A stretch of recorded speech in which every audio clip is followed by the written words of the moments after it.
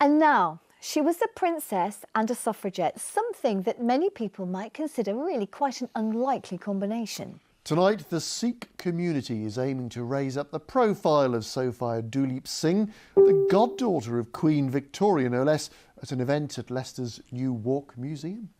Mike O'Sullivan is there for us. Good evening, Mike. What's happening? Good evening, Dominic. Well, right now inside the museum is a panel talk discussing the life and times of the princess, her role in the suffragette movement. I think it was quite well known at the time, but nowadays largely forgotten, perhaps. That's despite a commemorative stamp being issued last year with an iconic picture of the princess on it. And the more you know about the princess, I think the more you want to find out. And this is a night at the museum that promises to fascinate and inform. At Leicester's New Walk Museum, they're still marking the centenary of some women winning the vote in 1918, even in Lego.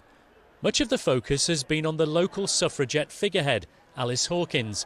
But tonight the spotlight turned on Princess Sophia Duleep Singh. Sophia was really important to the movement, primarily because she was connected to the royal family. She was the goddaughter of Queen Victoria, which obviously gives her a lot more power than, the laywoman on the street.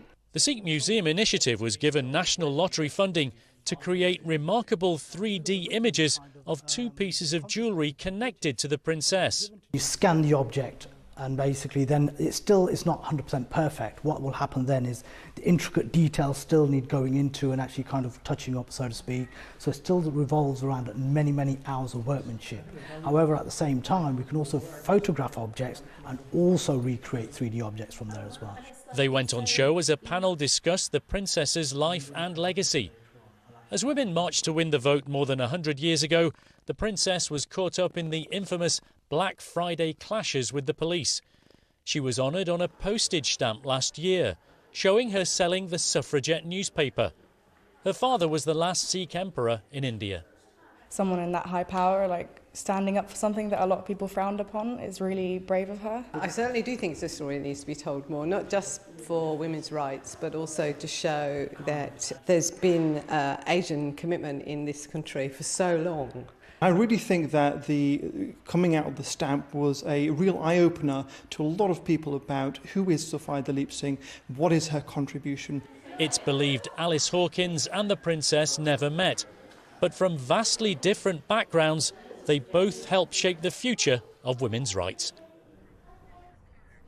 Well, Leicester is marking the Alice Hawkins suffragette story again next month. That's March the 3rd. There's a live performance, a choir and a video projection onto the historic Corn Exchange building in the middle of town. 3 evening shows, only half an hour long.